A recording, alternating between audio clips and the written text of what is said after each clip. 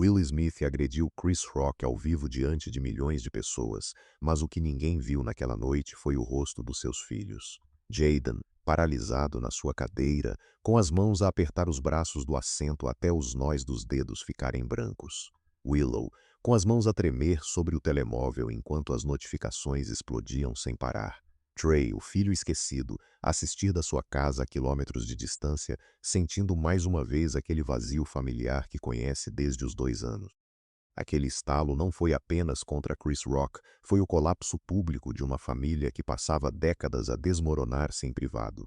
Esta é a história que Hollywood não quer que conheças. Conversas privadas que nunca deveriam ter vindo a público. Uma carta devastadora que Trey escreveu, mas nunca enviou. Um diário íntimo que foi violado, destruindo a confiança para sempre. Fica até ao último segundo, porque o que aí vem vai mudar completamente a forma como vês esta família. Recuemos a 1992. Trey Smith tem apenas 2 anos quando seu mundo se divide em dois. Está sentado no chão de uma sala vazia, rodeado de caixas de mudança. A sua mãe, Shiri Zampino, chora na cozinha enquanto arruma pratos com as mãos trêmulas. Lá fora, um caminhão de mudanças espera com o motor ligado. Will Smith tinha acabado de conhecer Jada Pinkett no set de The Fresh Prince of Bel-Air. A química foi instantânea, magnética. Jada tinha 21 anos, era bonita, ambiciosa, intensa. Os papéis do divórcio foram assinados em janeiro de 1995. Há uma foto desse dia que poucos viram. Sheri segura Trey ao colo em frente ao tribunal. O menino tem 3 anos e olha diretamente para a câmara com uns olhos enormes, confusos, procurando algo que claramente não está lá. Will não aparece na fotografia. Enviou os seus advogados para assinarem por ele. Trey perguntava todas as noites antes de dormir. Quando vem o papá? Como é que se explica a uma criança de 3 anos que o pai está a construir uma nova família e que em breve haverá outras crianças que vão ocupar o lugar que deveria ser apenas teu? Will casou-se com Jada a 31 de dezembro de 1997. Um casamento privado e íntimo, vestidos elegantes, champanhe caro, sorrisos radiantes perfeitos para as câmaras. Mas há algo profundamente inquietante nas fotografias oficiais. Trey não está em nenhuma das fotos importantes, tem 5 anos, é o filho único de Will e não foi convidado para o casamento do pai. Anos mais tarde, Jada explicaria isso com uma naturalidade arrepiante. Era uma cerimônia íntima, apenas para nós os dois. Mas Trey é um menino de 5 anos que aprendeu naquele dia uma lição brutal. Na nova família perfeita do papá, ele não era suficientemente importante. Os fins de semana com Will eram estranhos e tensos. Trey chegava a uma mansão gigantesca onde tudo brilhava com opulência, onde Jada o cumprimentava cordialmente, mas nunca com o calor acolhedor de uma mãe que realmente se preocupa. Olá, Trey, como estás? Como vai a escola? Palavras corretas, zero calor humano. E o pior, Trey tratou a madrasta por Senhora Jada durante anos, como se ela fosse a diretora da escola. Depois veio Jaden, a 8 de julho de 1998, e a seguir Willow, a 31 de outubro de 2000. Duas crianças novas, brilhantes e adoradas, que viviam a tempo inteiro com o pai, que tomavam o pequeno almoço com ele todas as manhãs, que conheciam as suas rotinas, as suas piadas privadas, os seus silêncios confortáveis. Trey, com 8 anos, visitava aquela casa apenas aos fins de semana e era praticamente um fantasma. Jaden recebia o brinquedo tecnológico mais recente, Willow monopolizava todas as atenções e Trey sorria educadamente a partir do canto do sofá. Mas crianças de 8 anos não deveriam ter de compreender nada disto. Há um pormenor de 2003 que vai partir o teu coração. Quando Trey tinha 11 anos, fez um desenho na escola. A professora tinha pedido que desenhassem a sua família a fazer algo que gostassem de fazer juntos. Trey desenhou 3 pessoas. Ele próprio, a sua mãe, Sheri, com um sorriso e um espaço vazio onde claramente deveria estar o pai. Mas não o deixou completamente em branco. Desenhou uma sombra, uma silhueta escura e desfocada como um fantasma. Quando a professora perguntou quem era aquela figura, Trey respondeu: "É o meu pai, mas não sei desenhá-lo bem porque quase nunca o vejo na realidade." Esse desenho ainda existe. Sheri guardou-o numa caixa de sapatos e nunca o mostrou a Will. Em 2008, Trey tinha 16 anos, a idade em que mais precisas do teu pai. Will estava na Austrália a filmar. Jaden acompanhava-o, vivendo a aventura de pai e filho. Trey estava em Los Angeles a andar de autocarro público, sendo dolorosamente invisível para o seu pai famoso. Um dia, Trey publicou algo breve no Facebook. Às vezes, ser o filho esquecido dói muito mais do que simplesmente não ter pai. Apagou-o 10 minutos depois, mas alguém tirou um print. Mas há algo mais. Algo que quase ninguém sabe. Existe uma gravação de áudio de uma conversa entre Trey e a sua mãe do ano de 2011. Foi gravada por acidente. A gravação durou 23 minutos e nunca foi publicada. Nessa gravação excruciante, Trey chora, um jovem de 19 anos a soluçar como uma criança pequena, e diz à mãe algo devastador.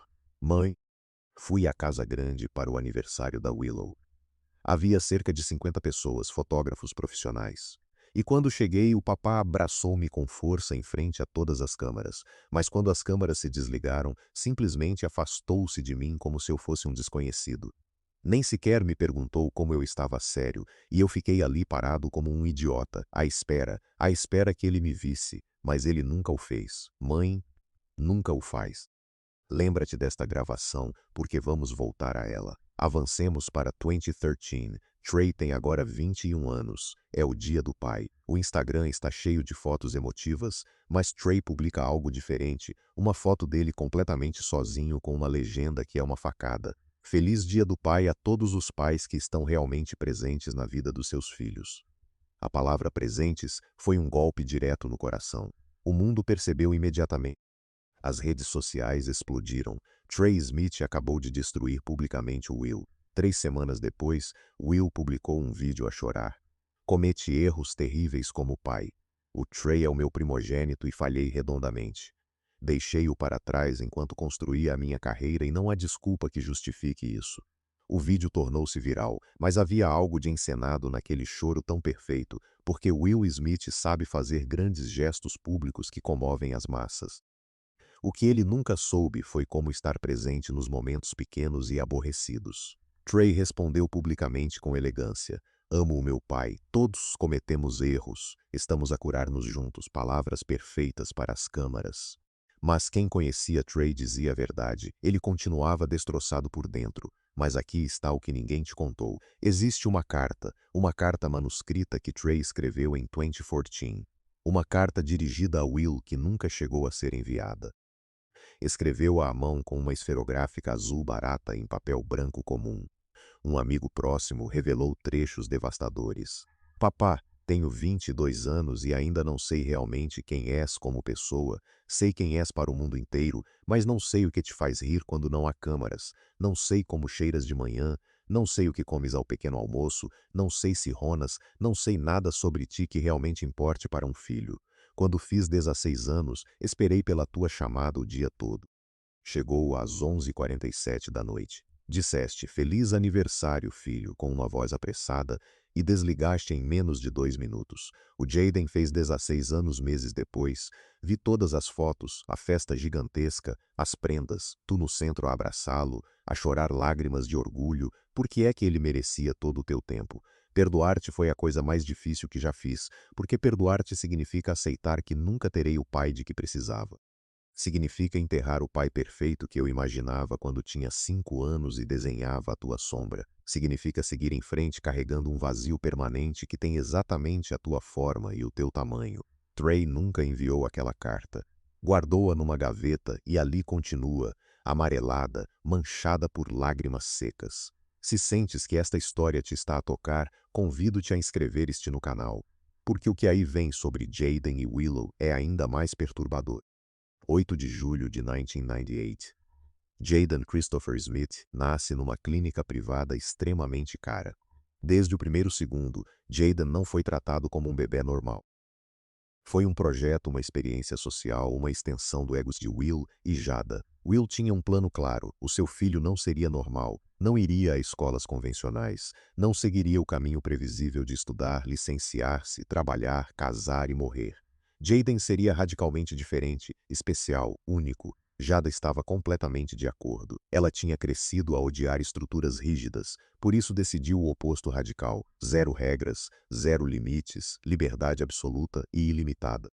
Chamaram-lhe um método revolucionário e libertador, não é verdade? Mas aqui está a verdade desconfortável. Para uma criança de 5 anos, essa liberdade total não é libertadora, é assustadora, porque os miúdos pequenos precisam desesperadamente uma estrutura previsível, precisam de limites claros. Sem essa estrutura, crescem a acreditar que o mundo se deve adaptar a eles. E quando o mundo real não o faz, colapsam completamente. Jaden não brincava com outras crianças, não tinha colegas de turma, não aprendia as lições básicas de partilhar brinquedos, esperar pela sua vez ou lidar com a frustração. Vivia fechado numa bolha dourada onde cada capricho infantil era celebrado como uma exploração criativa autêntica. Aos 5 anos, Jaden falava de conceitos abstratos como energia universal e consciência expandida. Palavras complexas que tinha ouvido dos pais, palavras que repetia mecanicamente sem compreender, mas que Will e Jada celebravam como genialidade precoce. Depois veio o cinema. Aos 8 anos, Jaden contracenou ao lado de Will em Busca da Felicidade. A atuação de Jaden foi comovente, mas havia um motivo perturbador para essa autenticidade. Jaden não estava propriamente a representar, estava a viver emoções reais, porque embora a sua vida externa fosse de luxo absoluto, a sua vida emocional também era de profunda solidão, de procurar constantemente a aprovação de um pai que estava sempre focado no projeto seguinte. A cena mais famosa é quando pai e filho dormem abraçados no chão de uma casa de banho suja de uma estação de metro. Essa cena fez chorar milhões de pessoas, mas o que ninguém sabia é que Jaden chorava lágrimas completamente reais durante as filmagens, que aquele abraço filmado era o mais perto que ele se tinha sentido de ter o pai totalmente presente. E quando o realizador gritou, "Corta!", Will levantou-se instantaneamente, pegou no telemóvel e seguiu em frente para a cena seguinte. Jaden tinha 8 anos, trabalhava jornadas de 12 horas como qualquer ator adulto e todas as noites adormecia na carrinha de produção enquanto Will falava ao telemóvel, a fechar negócios milionários. Os psicólogos têm um termo para isto: parentalização, quando uma criança é forçada a desempenhar papéis de adulto antes de estar preparada. E Jaden, aos 8 anos, já era um ator profissional, um gerador de receitas milionárias, um investimento que tinha de dar retorno. Jaden tem 12 anos. Protagoniza The Karate Kid ao lado de Jackie Chan. A pressão é monstruosa. Jaden treinou intensivamente durante meses. Artes marciais rigorosas, dieta estrita, condicionamento físico brutal para uma criança que deveria estar a jogar videojogos. O filme arrecadou 359 milhões de dólares, um sucesso massivo. Will estava eufórico, Jada visivelmente orgulhosa, mas Jaden, com apenas 12 anos, desenvolveu ansiedade clínica severa. Os ataques de pânico começaram durante a digressão de promoção. Nas entrevistas, parecia tenso, a suar imenso, a responder com frases robóticas, como se cada palavra tivesse sido memorizada, porque literalmente tinha sido memorizada. Will tinha lhe ensinado exatamente o que dizer palavra por palavra, como se sentar, como sorrir. Mantém sempre o contato visual, nunca digas não sei, sê sempre interessante e memorável. Uma criança de 12 anos a receber treino de comunicação empresarial como se fosse o CEO de uma empresa. Depois começou o Twitter. Aos 14 anos, Jaden começou a publicar pensamentos filosóficos abstratos, frases que se tornaram virais, mas não pelas razões que ele esperava. Como podem os espelhos ser reais se os nossos olhos não são reais? Lá a internet explodiu. Memes brutais, troça impiedosa. Jaden tornou-se a piada favorita do Twitter durante meses, mas ninguém parou para pensar. Este é um rapaz de 14 anos, um miúdo que cresceu completamente isolado, sem qualquer referência de como funciona o mundo real, sem amigos que lhe digam, "Maninho, isso não faz sentido nenhum." Jaden tinha sido educado por pais que celebravam cada palavra sua como profundidade filosófica, que o tinham convencido de que era especial, mais inteligente do que os outros da sua idade. E quando o mundo lhe mostrou de forma brutal que não era bem assim, Jaden não tinha ferramentas para processar aquela rejeição em massa, pelo que se refugiou na moda extrema. Começou a usar saias compridas em público, vestidos femininos, e Will e Jada celebraram. Estamos orgulhosos de que o Jaden desafia as normas de gênero. Mas pensa bem, seria realmente ele a ser autêntico ou estaria apenas a desempenhar mais um papel? O papel de artista incompreendido, do rebelde que desafia o sistema. Porque o Jaden nunca aprendeu a ser simplesmente o Jaden. E então veio o colapso físico de 2018. As fotografias são genuinamente perturbadoras. Jayden, com 20 anos, completamente irreconhecível, maçãs do rosto demasiado salientes, bochechas encovadas, olhos baços num rosto demasiado magro, parecia estar a morrer lentamente diante das câmaras. Will e Jada reagiram publicamente no programa Red Table Talk, admitindo que estavam profundamente preocupados com a dieta vegana extrema do Jayden, que lhe estava a causar carências nutricionais graves. Mas mesmo essa confissão foi performativa. Fizeram-na em frente às câmaras no seu próprio programa para gerar conteúdo viral. E ninguém perguntou o óbvio: por que razão um jovem com acesso a todos os recursos do mundo se estava a deixar morrer de fome voluntariamente? A resposta é simples: um desejo desesperado de controlo. Quando sentes que não tens controle sobre nada na tua vida, controlar a tua comida torna-se a única coisa que é verdadeiramente tua, mesmo que te esteja a matar. Jayden, criado numa família onde nunca teve poder real sobre o seu destino, encontrou poder ao rejeitar comida, ao tornar-se mais pequeno, ao desaparecer gradualmente. Acabou por recuperar peso mais tarde, mas a pergunta permanece: quem é Jayden Smith na realidade? Existe um Jayden autêntico por baixo de todas estas camadas? Ele próprio parece não o saber. Em entrevistas recentes, Jayden diz: foi único, foi uma bênção. Mas a sua linguagem corporal conta outra história. Move-se irrequieto, evita o contato visual, sorri demasiado depressa, como se estivesse a representar mesmo ali. Agora pergunta a ti mesmo: que parte da tua própria vida vives para os outros? Quando foi a última vez que fizeste algo unicamente porque tu querias? Deixa-me a tua resposta nos comentários. Mas antes de continuar, preciso de te falar sobre o diário. Quando Jayden tinha 13 anos, em 2011, Will ofereceu-lhe um diário, um caderno lindíssimo de pele italiana com as iniciais JCS gravadas a ouro. Para que escrevas todos os teus pensamentos mais profundos, disse-lhe Will com orgulho. Era um presente com boas intenções, e Jayden ficou genuinamente entusiasmado. Finalmente tinha um espaço privado, um lugar onde podia ser honesto sem consequências. Usou esse diário religiosamente durante meses. Escreveu sobre os seus medos mais profundos, sobre sentir-se inadequado, sobre a pressão de ser o filho de Will Smith, sobre as piadas na internet, páginas e páginas de um adolescente a tentar compreender-se a si próprio. Um dia, em 2012, Jayden esqueceu-se do diário na sala. Tinha-o deixado em cima do sofá porque teve de sair à pressa. O diário ficou ali, exposto e vulnerável. Jada encontrou-o nessa tarde, viu o caderno, reconheceu as iniciais e sentiu curiosidade. Qualquer mãe sente curiosidade sobre o seu filho adolescente, mas a maioria das mães que realmente respeitam os filhos resiste a essa tentação. Jada não resistiu nem um segundo, abriu o diário deliberadamente e leu página após página, cada segredo vulnerável, cada medo exposto. Naquela noite, durante o jantar, Jada comentou algo casual. Jada, ainda te preocupa tanto o que as pessoas pensam dos teus tweets? Jayden congelou instantaneamente. Como é que ela sabia? Ele nunca tinha falado sobre essa preocupação com a mãe, só a tinha escrito no seu diário privado. Os seus olhos abriram-se com uma compreensão horrível. Olhou para Jada e soube exatamente o que ela tinha feito. Leste o meu diário? Perguntou com a voz trêmula. Jada não o negou. És o meu filho. Não devias ter segredos comigo. A família baseia-se numa transparência radical. Mas a transparência deve ser voluntária. A transparência forçada não é transparência, é uma violação de privacidade. Will estava ali sentado, a ser uma testemunha silenciosa. Não disse nada em defesa do filho, porque Will nunca enfrenta Jada. Jayden levantou-se da mesa sem dizer uma palavra, subiu para o quarto e nunca mais voltou a escrever naquele diário. As páginas seguintes ficaram completamente em branco, vazias.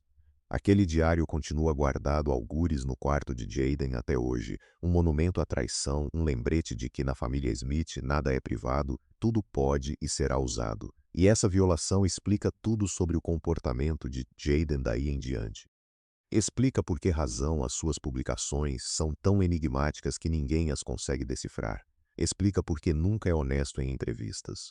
Explica por que construiu tantas camadas de personagens para se proteger. Por que aprendeu que a vulnerabilidade real te expõe a ser magoado e na sua família a vulnerabilidade é explorada. 31 de outubro de 2000, Halloween. Willow Camille Rain Smith nasce em Los Angeles. A bebé perfeita, a princesa adorada, Mas Willow não seria uma princesa tradicional. Seria mais uma experiência, outra oportunidade para Will e Jada provarem que a sua filosofia funcionava. Willow não conheceu uma infância normal. Aos 3 anos já andava por sets de filmagem. Aos 5 já não brincava com bonecas comuns. Aos 7 já não sonhava em ser bailarina. Os seus sonhos estavam a ser reescritos pelos sonhos dos seus pais, famosos. E então, aos 9 anos, aconteceu o inevitável. Whip My Hair, uma canção desenhada para transformar uma menina de 9 anos numa superestrela global instantânea. A música estourou e tornou-se viral. Apresentações na televisão em horário nobre. Entrevistas onde Willow, com a sua voz de menina pequena, tinha de falar como uma profissional adultas. Ela tinha 9 anos. Não devia estar a lidar com a fama. Devia estar a aprender a andar de bicicleta, a brincar com amigos, a cometer erros sem que o mundo inteiro a julgasse. A digressão promocional foi brutal. Cidade após cidade, ensaios intermináveis, maquilhadores a acordá-la às 5 da manhã, coreógrafos a gritar, outra vez até as pernas dela tremerem de cansaço. E Willow sorria porque o pai e a mãe tinham investido tanto, e não se desilude Will Smith. Mas algo se partia violentamente cá dentro, aquela sensação de estar presa numa vida que não escolheste, de seres um produto em vez de uma pessoa. As noites eram o pior. Depois dos concertos, Willow ficava sozinha em quartos de hotel idênticos. Numa entrevista anos mais tarde, Willow descreveria essas noites. Sentava-me na cama, olhava para o meu reflexo no espelho da casa de banho e não reconhecia a menina que olhava de volta para mim. Tinha a minha cara, os meus olhos, o meu cabelo, mas não era eu, era alguém que os meus pais tinham criado. Então, aos 10 anos, Willow tomou uma decisão radical, rapou a cabeça completamente, sem avisar ninguém. Pegou simplesmente numa máquina de barbear e eliminou sistematicamente cada caracol que a tinha tornado famosa, cada mecha que tinha sido fotografada, admirada, comercializada, tudo. O som da máquina deve ter sido ensurdecedor, com cabelo atrás de cabelo a cair, uma menina de 10 anos a destruir a imagem que tinham construído para ela. Um grito silencioso que ninguém queria ouvir. As fotos são de cortar o coração. Uma menina com a cabeça rapada, olhos desafiantes mais vazios, maxilar cerrado, e tudo nela gritava: "Não aguento mais." Jada encontrou Willow assim e a sua reação não foi de preocupação maternal, foi de pânico empresarial. "O que é que fizeste? Tens noção de quantos espetáculos temos agendados? Como é que vamos explicar isto aos patrocinadores?" Willow não respondeu. Limitou-se a olhar para a mãe com aqueles olhos enormes. E naquele silêncio havia uma mensagem: "Não quero saber da tua digressão, este corpo é meu." Willow explicaria isso anos mais tarde. Sentia que não tinha controle sobre nada na minha vida. Todas as decisões eram tomadas por outras pessoas. Onde ir, o que cantar, o que vestir.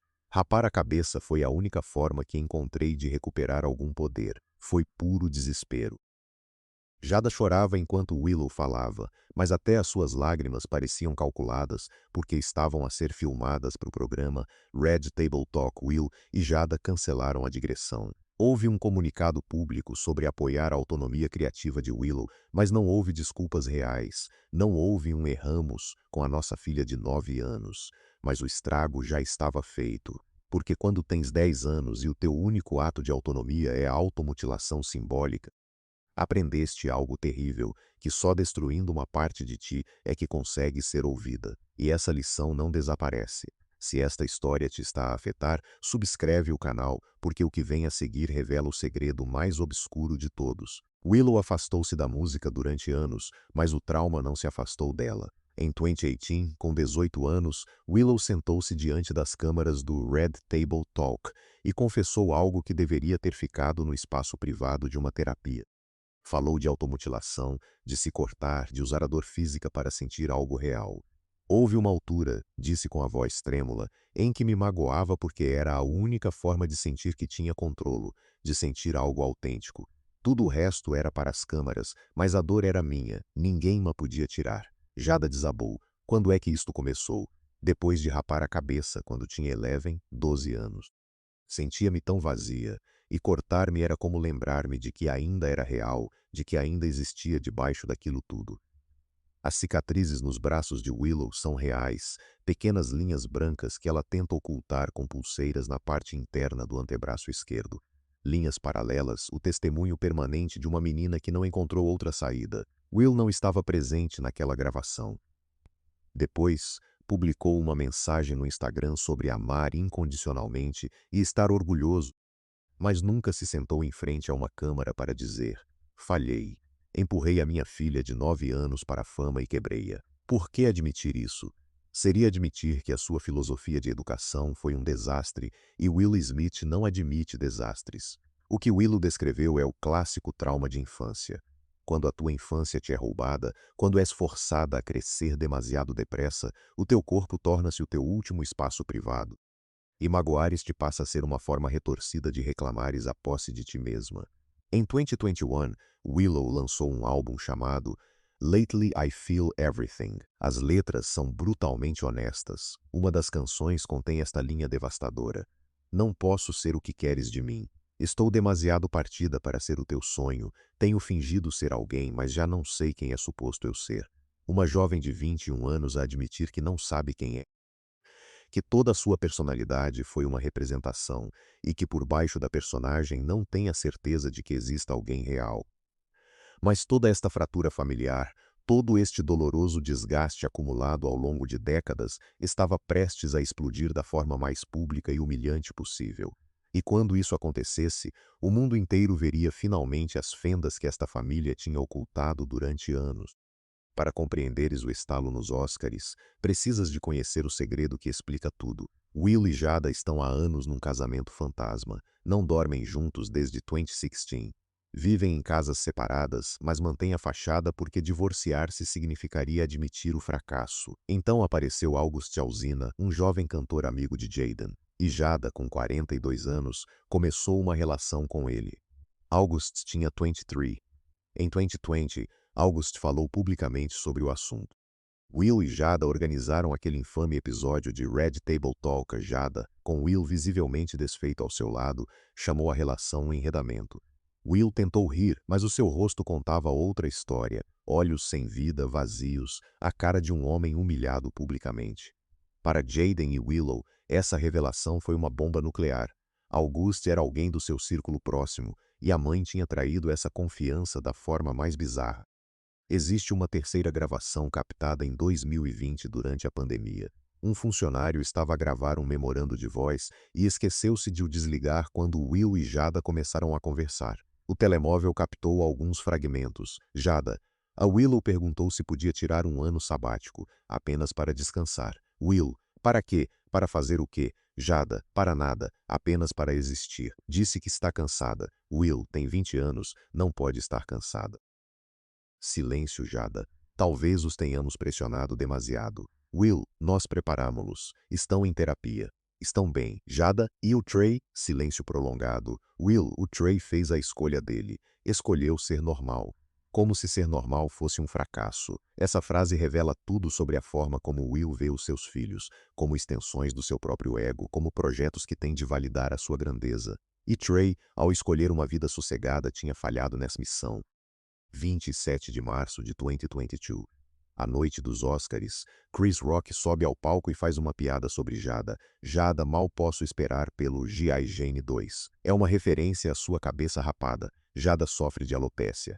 A piada é cruel, desnecessária. Will ri-se inicialmente, mas depois olha para Jada e vê a sua expressão de humilhação, e algo dentro de Will quebra-se. Levanta-se, caminha até ao palco diante de milhões de espectadores. Pam! O som da bofetada ecoa. Chris Rock fica atordoado. Uau, o Will Smith acabou de me bater. Will regressa ao seu lugar a gritar: mantém o nome da minha mulher fora da tua boca. O silêncio é absoluto. Aquele estalo não foi em defesa da honra, foi puro desespero. Um homem a tentar provar que ainda importava, que ainda conseguia proteger, que ainda tinha poder, porque em privado, Will tinha perdido o controle por completo. O seu casamento era uma farsa. Os seus filhos estavam destroçados. Trey tinha o rejeitado. Jaden estava perdido. Willow estava partida e Jada tinha o humilhado publicamente com August. 30 minutos depois, Will ganhou o Oscar. Subiu ao palco a chorar, fez um discurso sobre proteger a família e ser um guerreiro do amor. Mas não foi amor, foi um ego ferido. Foi o colapso de um homem cuja fachada se tinha desmoronado, e os seus filhos assistiam de perto, sentindo vergonha, tristeza e algo parecido com compreensão, porque eles conheciam aquela pressão. Eles tinham vivido sob aquele peso impossível. Em 2023, Jada publicou um livro. Revelou que ela e Will estão separados desde 2016. 7 anos a mentir ao público, 7 anos a fingir um casamento que já não existia. Will soube disto ao mesmo tempo que o público. Não houve qualquer conversa prévia. Jada simplesmente publicou os segredos para benefício comercial. Jaden reagiu. As famílias são complicadas. Willow não disse nada, mas em 2024 cancelou uma aparição no Red Table Talk. Simplesmente não apareceu. Tinha estabelecido um limite. Voltemos ao diário de Jaden. Nas últimas páginas há uma entrada de maio de 2012.